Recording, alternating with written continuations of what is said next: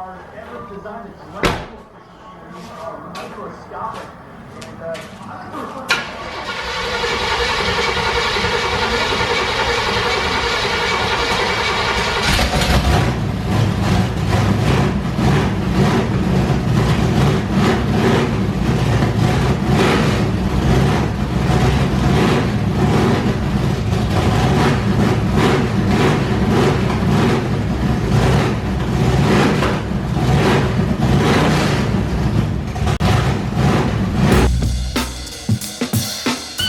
Oh my god!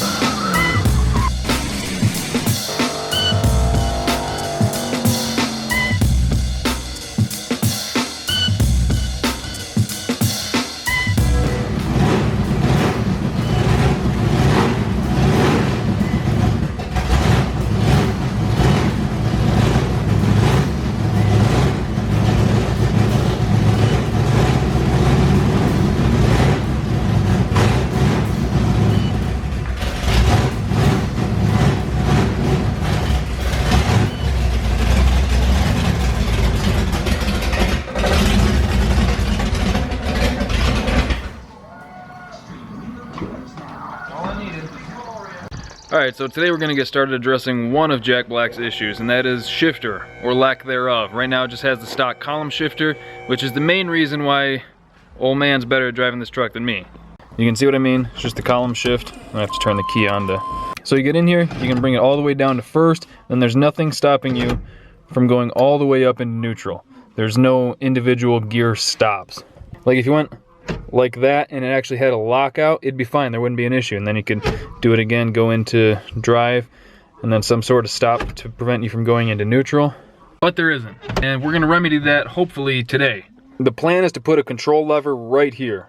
Now I just ordered a couple parts for it last night, so they won't be here for a couple days at least, but I'm kind of anxious to get working on this and just to see how much of a difference the shifter makes. And there happens to still be a shifter that's set up for a 3-speed in James Brown right now. And for those of you who don't remember James Brown is my 84 RX-7 that eventually is going to be Turbo LS. As soon as I get my garage built, I've said this before, so if I'm repeating myself to you guys, sorry. But as soon as I get my shop built, I want this to be like the first car I really work on, aside from just like general maintenance on the other stuff.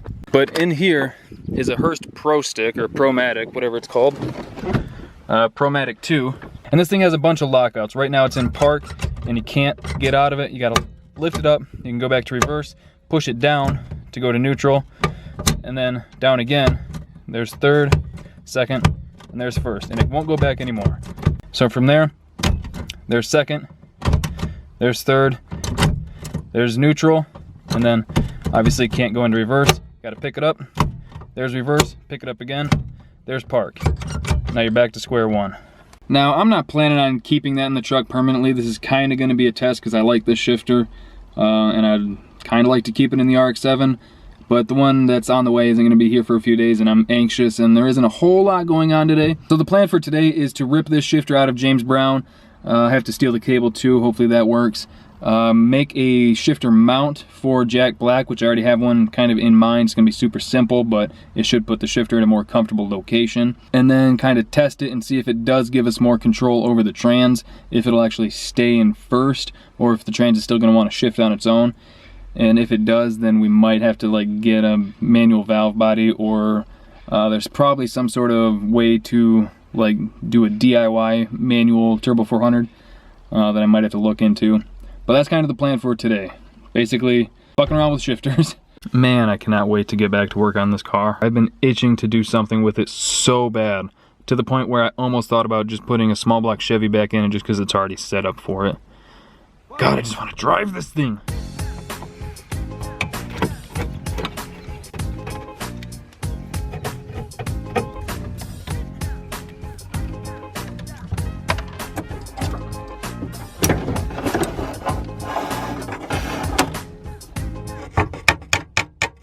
Fuck. I'm gonna have to loosen this bolt and take it off this way.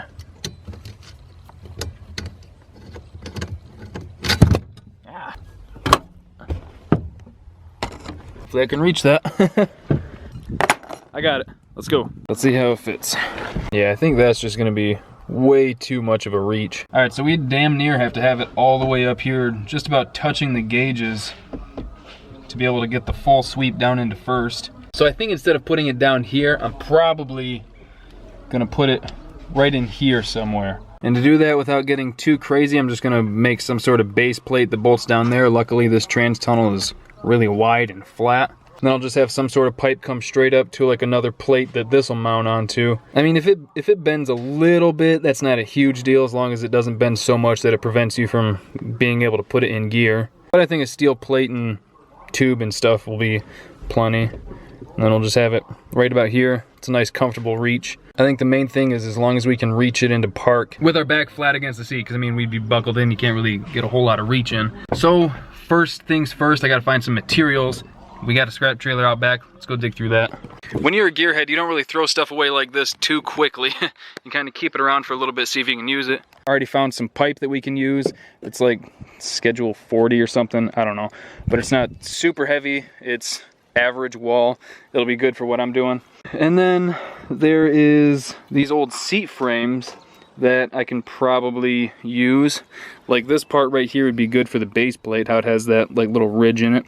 It'll help add a little bit of sturdity. It'll add a little bit of strength to it. I just got to find a section that the shifter can actually bolt down to. And that's where it might get tricky. I might have to use this, even though this is a whole lot thinner than I'd want to use. Like this is like damn near an 1/8. That's not going to flex that much at all, especially with like this rib in there. This stuff is probably, it might even be less than a 1/16. It's pretty thin. It's basically just sheet metal. I might just have to use one of these pieces because I'm not having much luck. That's the shifter.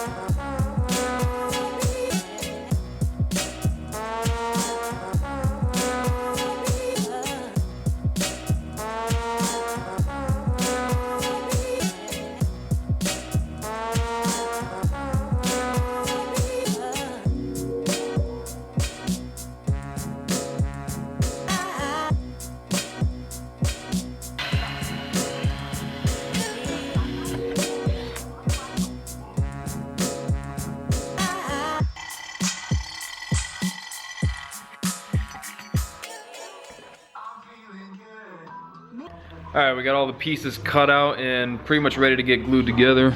Obviously this is going to be the base plate. Here's the shaft coming up. Then this will be the part that the shifter bolts to. Actually it goes this way. And then I did slash cut that so that the shifter should be on roughly like a 10-degree angle back, just to make it that little bit easier to get to everything. So I'm gonna start tacking all this together, and then we'll test fit it in the truck. If it's good, I'll just finish weld everything and get it bolted in. And then maybe if we have time, I'll hook up the transmission cable and take it out for a quick little test.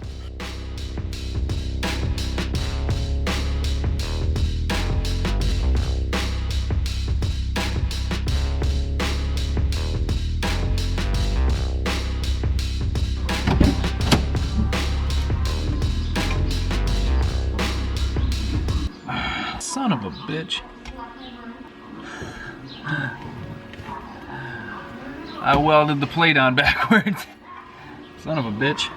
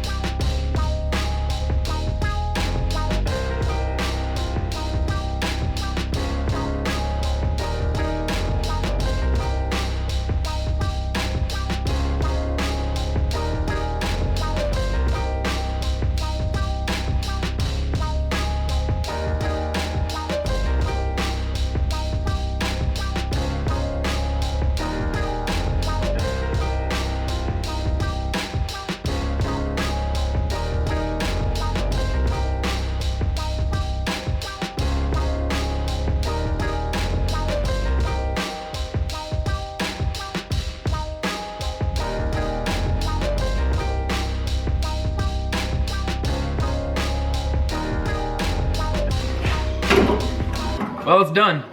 Well, it's not the best welds I've ever laid down, but it'll definitely hold it. The ones under here, those aren't too bad. A couple ugly spots, a little bit of porosity there, but again, it'll definitely hold it. It's just a shifter.